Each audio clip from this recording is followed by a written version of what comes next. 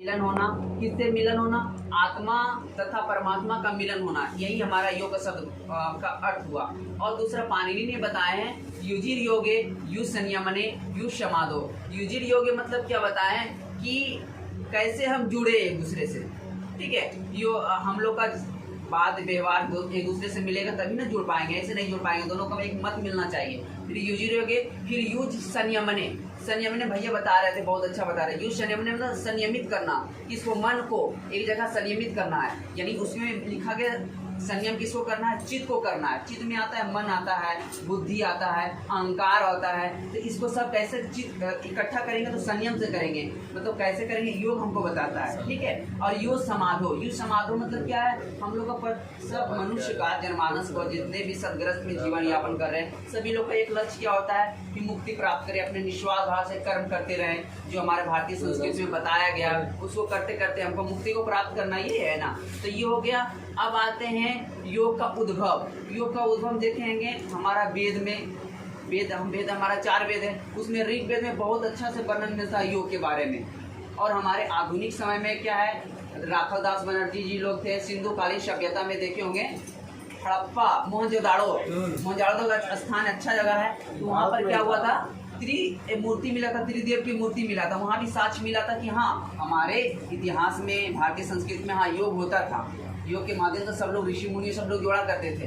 तो ये साक्ष्य मिला था वहाँ पर। और हमारे बहुत से कई जगह हमको साक्ष्य मिलता है कि योग हमारा होता है। देखिए ऋषि मुनि आजकल लोग साधु महात्मा लोग करते हैं, हम लोग अब जनमानस भी लोग करते हैं, ठीक है। अब आते हैं योग की परिभाषा, देखते हैं कि सभी लोग ने, ऋषि मुनि विद्वानों ने किस प्रकार परिभाषा दी है योग का, ठीक है।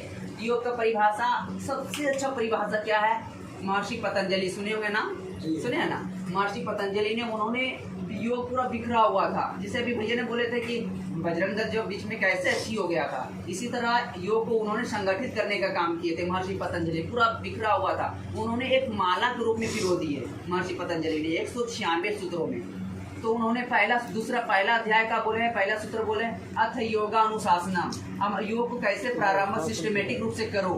फिर दूसरा अभ्यास में बोले कि योग चित्त वृत्ति निरोधा, हमने चित्त की वृत्तियों का कैसे निरोध करें। चित्त माने क्या होता है? मन, बुद्धि, अहंकार। देखते हैं चले बातें चले चित्तम, मन चलता है, मन देखो मन कितना चंचल है हम लोग का, कहीं भटक जाता है, उसको कैसे एकाग्र इकट्ठा करें अपने, है ना, अंतर्मुखी करें। सब बहिर्मुखी रहता है हमारा, है ना, चित्त। तो इस तरह का मन कैसे करें, इकट्ठा करें, इन्होंने बताया योग चित्त वृत्ति निरोधा।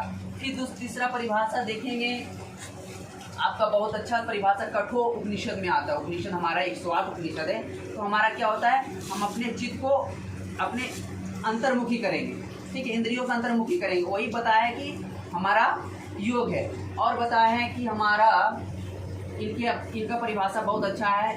ये भगवद गीता पढ़े होंगे, दूसरा अध्याय का 48वां श्लोक में, योगस्था कुरु कर्माणि संगत्वा धनंजया सिद्धा सिद्ध्यो समभूत्वा समत्वम योग उच्यते। अर्थात जाते हैं अर्जुन, तुम जय हो, पराजय हो, मान हो या अपमान हो, दुख हो या सुख हो, हर विपरीत परिस्थिति में समता भाव रखो। सुख रहेगा, दुख रहेगा, तब भी सम रहो। ऐसा नहीं दुखी होकर मतलब किसी डिमोटिवेट हो, उत्साह पूर्वक हर समय काम करते रहो। फिर उसी श्लोक आता है योग दर्शन में, ये भगवद गीता में आता है, दूसरा अध्याय के 50वां श्लोक में वर्णन आता है, योगा कर्म सुकौशलम। किसी भी काम को करो अर्जुन, कर्मों की कुशलता पूर्वक करो। ऐसा नहीं करो कि मतलब ये काम कर रहा हूँ मेरा फायदा देगा या नहीं देगा, ऐसा नहीं। हम लोग कर रहे हैं, हिंदू संगठन को जागृत कर रहे हैं डे टू डे, दिन प्रतिदिन, क्योंकि आज नहीं करेंगे तो क्या कब करेंगे। मतलब देख रहे हैं हम लोग को आयु कितना कम मिला है आजकल, देख रहे हैं इतना मिलावट आ गया है आजकल। हम 60 साल 50 साल 80 साल ऐसे जी पाएंगे, है ना। पहले लोग 100 वर्ष जीने की आकांक्षा रखते थे, लगभग उससे ज़्यादा भी रखते थे, लेकिन आज समय धीरे धीरे क्या हो रहा है, गति की ओर जा रहा है ना। तो ये हो गया, सबको गलती किसका है? जनमानस का, हम ही लोग कर रहे हैं ना। तो ये हो गया। और बता रहे हैं कि पंडित श्री राम शर्मा आचार्य, जो कि देव संस्कृति का वो आचार्य हुए, वो संस्थापक हुए, उन्होंने क्या बोले, जीवन जीने की कला ही योग है। मतलब जीवन हम जो जी रहे हैं ना, वही कला है। तो बहुत लोग ऋषि मुनियों ने बहुत अपना परिभाषा दी है उन्होंने। तो अब हम चलते हैं योग के बारे में, जैसे आदि प्रवक्ता के बारे में। योग के आदि प्रवक्ता कौन है? जैसे योग कोई तो करने देने वाले होंगे ना, ऐसे तो हमारे ऋषि मुनियों ही हुए, लेकिन इसमें ग्रंथों में ऑथेंटिक बता रहा हूँ, मतलब ऐसा ही नहीं, मतलब हवा हवाई बात नहीं कर रहा हूँ। इसमें है हिरण्यगर्भ का वर्णन मिलता है। हिरण्यगर्भ हिरण्यगर्भ को आदि प्रवक्ता के रूप में स्वीकार किया गया है कि योग का प्रवक्ता है। अब कुछ बोलते हैं हिरण्यगर्भ कौन है, होता है ना, उनको बुद्धि से तुलना किया गया हिरण्यगर्भ को, कहीं प्रजापति ब्रह्मा को तुलना किया गया उनको, ठीक है।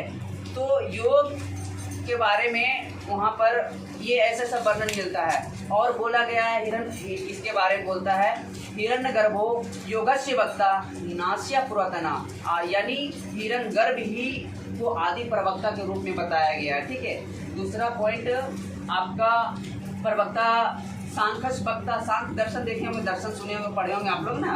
सांख्यस वक्ता कपिला, मतलब सांख्यस वक्ता जो है वही कपिल को आदि प्रवक्ता के रूप में बताते हैं। और अद्भुत रामायण 5 मिनट में हम कंप्लीट कर दूंगा, ठीक है, अब ज़्यादा नहीं, खत्म हो गया, ठीक है। आदि प्रवक्ता इसमें भी वर्णन मिलता है, सांख्यस वक्ता मिलता है, अद्भुत रामायण भी इनमें मिलता है, वर्णन मिलता है।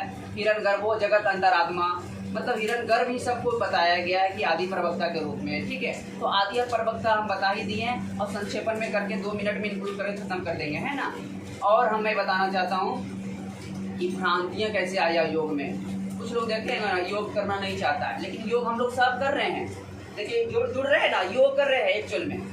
क्या देखिए भगवत गीता में कहीं भी पढ़े ना 18 अध्याय में कहीं भी योग करने का फिजिकल नहीं बोला गया। जैसे हम लोग कितना मैत्री भाव से एक दूसरे से समझा रहे हैं, मतलब झूठ बना रहे हैं, वही योग उन्होंने बताया है, ठीक है। तो इसमें भ्रांतियां सब लोग आया क्या, अरे योग तो साधु महात्मा लोग करेगा, कुछ लोग भ्रांतियां होगा साधु महात्मा लोग करेगा, हम लोग कैसे कर पाएंगे। अब कुछ लोग बोलता है कि योग बड़े घरे वाले लोग करेगा, कुछ बड़े लोग करेगा, सेलिब्रिटी लोग करेगा, हम लोग कैसे करेंगे।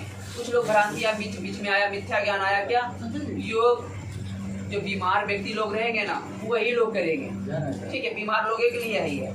तो ऐसा नहीं, योग लोग हम लोग सब कर रहे हैं, भगवत गीता के अनुसार सब लोग निष्काम भाव से कर्म कर रहे हैं ना, ये बताएगा। अब योग का उद्देश्य बताएंगे, ठीक है, भैया बता दिए थे योग का उद्देश्य बताए थे।